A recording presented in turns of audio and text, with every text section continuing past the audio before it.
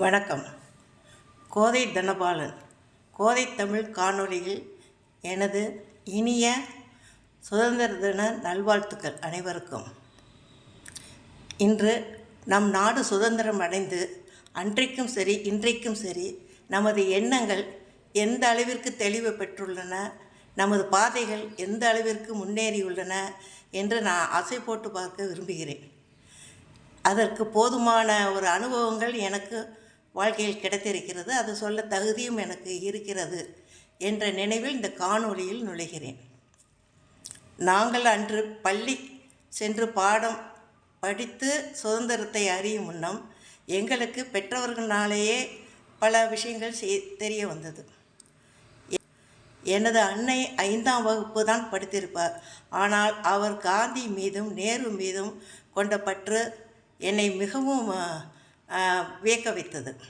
அவங்கள் அறிந்த தலைவர்களே அந்த 2 தலைவர்கள் தான் அவங்களுக்கு மிகவும் பிடிக்கும். அடுத்து எனது தந்தையார் தான் பள்ளி படித்த காலத்தில் எதற்கு நம் தேசிய கீதத்தை நம்ம வாழிய செந்தமிழ் வாழ்க நற்றமிழர் வாழிய பாரத மணித்திருநாடுன்னு பாரதியார் பாட்டை படிப்பதற்கு பதிலாக விக்டோரியா மகாராணி எங்கேயோ இங்கிலாந்தில் இருந்துக்கிறாங்க, அவங்களுக்காக நாம் ஏன் பாட வேண்டும் என்ற உணர்வு இருக்கும் என்பதை அடிக்கடி சொல்லுவார். அப்பொழுது இதில் ஏதோ ஒரு சங்கதி இருக்குது என்று நம் மனதுக்கு எட்டும். நமக்கும் பள்ளி பாடத்தில் இன்னும் பல விரிவாக சுதந்திரத்திற்காக பாடுபட்ட அனைவரது சங்கதிகளும் நமக்கு தெரிய வரலாயின. ஒரு கட்டம் வருவையில் நம் மாநிலங்கள் எல்லாம் பட்டேல் அவர்களுடைய பொறுப்பில் அந்தந்த கலாச்சாரத்தை மதித்து அந்தந்த மொழியை மதித்து அவரவர் சுதந்திரத்தை மதித்து ஒருங்கிணைந்த இந்தியாவை உண்டாக்கியவர்கள். இதைத்தான் நாம் இன்றும் வேற்றுமையில் ஒற்றுமை என்று பேசி வருகிறோம்.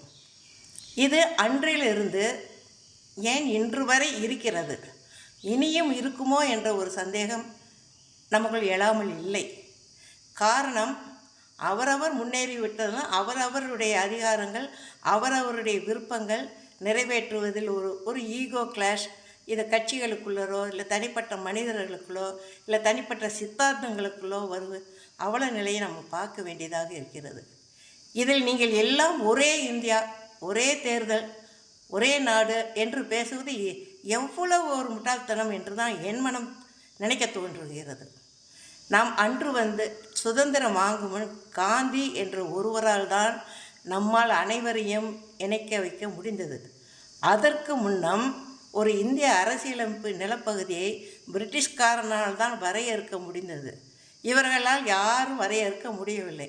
தெற்கில் பார்த்தால் தமிழர் பேரரசு, வடக்க போனால் மௌரிய பேரரசு, இப்படி நடுவில் ஒரு சில பேரரசு, இப்படி தான் ஒருவருக்கொருவர் சண்டையிட்டு கொண்டார்களே ஒழிய வேறு எதிலும் அவர்கள் ஒற்றுமை பண்பை பார்க்கவில்லை. அவரவருக்கு பிடித்த அதிகாரத்தை ஏற்றுக்கொண்டு போயிருக்கிறார்கள்.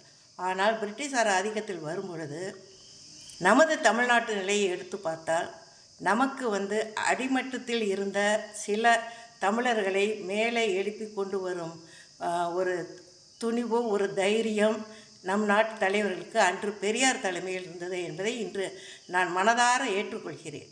அன்றைக்கு எனக்கு பெரியாரை பற்றி அவ்வளவாக எனக்கு புரியவில்லை. ஆனால் இன்று யோசித்து பார்க்கையில் அவர் நம்மை எல்லாம் சிந்திக்க வைத்து ஒரு தெளிவான பாதையில் நடத்தி கொண்டு போயிருக்கிறார் என்பதை மட்டும் நம்மால் புரிந்து கொள்ள முடிகிறது.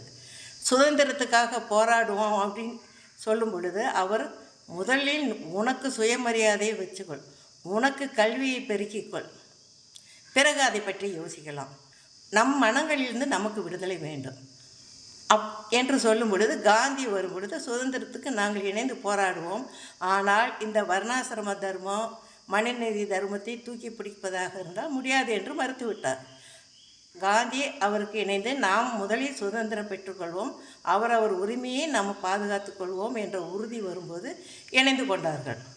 இதே போன்று வடக்கில் இந்த ஆரிய சமாஜம், பல ஹிந்துத்துவா பேசும் சக்திகள் ஹிந்து ராஷ்டிரியா என்பதிலேயே தான் கவனம் சென்றார்களே ஒழிய பிரிட்டிஷ் ஆதிக்கத்திலிருந்து நாம் விட்டுவிட்டு ஹிந்துஸ்டா ராஜ்யத்தை கொண்டு வரணும் என்ற எண்ணம் தானே ஒழிய இந்திய மக்களுக்கு சுதந்திரம் வாங்கி கொடுத்து நம் மக்கள் நாமே ஆள்வோம் என்ற எண்ணம் அவர்களுக்கு துளியும் இல்லை. அவர்கள் நடத்திய பல போராட்டங்கள், பல மத வெறுப்புகள், இஸ்லாமிய வெறுப்புகள் எல்லாம் சேர்ந்து கொண்டு பாகிஸ்தானை பிரித்தன. அந்த இடத்துல தான் காந்தியும் அவர்கள் இதை கொஞ்சம் நாம் இணைந்து சுதந்திரம் பெற்ற பிறகு செய்து கொள்வோம், கொஞ்சம் அடக்கி வாசிங்கள் என்று அவர்களிடம் கேட்டுக்கொண்டதற்காக அவர்களும் அடங்கினார்கள். சுதந்திரமும் நமக்கு கிடைத்தது. ஆனால் அந்த எதிராளிகள் அவர்களை நம்ப தயாராக இல்லை. பாகிஸ்தான் பிரிந்தது. சரி, பரவாயில்லை. பட்டேல் நாம் ஒருங்கிணைந்த இந்தியாவாக இன்று வரை வருகிறோம்.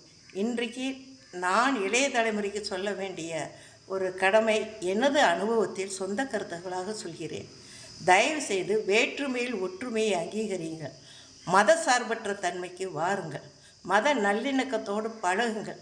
அது எந்த மதமாக இருந்தாலும் தீவிரம் பேசுவதும் ஒரு மொழியை கொண்டு வந்து இன்னொரு மொழியை உரச விட்டு வேடிக்கை பார்ப்பது இதெல்லாம் நமக்கு அவசியமில்லை. இவையெல்லாம் நமக்கு முட்டுக்கட்டைகள். நமக்கு இருமொழி கொள்கை போதும். அந்தந்த மாநிலத்து மொழியும் ஆங்கிலம் இல்லாவிட்டால் உலகெங்கும் நாம் பயணிக்க முடியாது, நமது கருத்துக்களையும் கொண்டு சேர்க்க முடியாது, பல புது தரவுகளையும் பெற முடியாது. இதை மனதில் கொண்டு மக்களுக்காக சிந்திக்கிற ஆட்சியை தேர்ந்தெடுங்கள். தேர்ந்தெடுக்கும் பொழுது அந்த வாக்களிக்கும் உரிமையை தக்க வைத்து கொள்ள வழியை நாம் பார்க்க வேண்டும். நமக்கு என்ன என்று போகக்கூடாது. நாம் வாக்குரிமை ஒன்றுதான் பாமர மனிதனுக்கும் வித்தியாசம் இல்லாமல் இந்திய ஜனநாயகம் கொடுத்து இன்றைக்கு நாம் 79வது சுதந்திர தின விழாவை கொண்டாடுகிறோம் என்றால் அது இந்த ஒரு குணங்களினால்தான். இதுக்கு பாதகம் தரக்கூடிய எந்த ஒரு தீய சக்தியும் உடைத்து நாம் முன்னேறுவோம். நன்றி, வணக்கம். கோதை தமிழ் சுதந்திர தின வாழ்த்துக்கள்.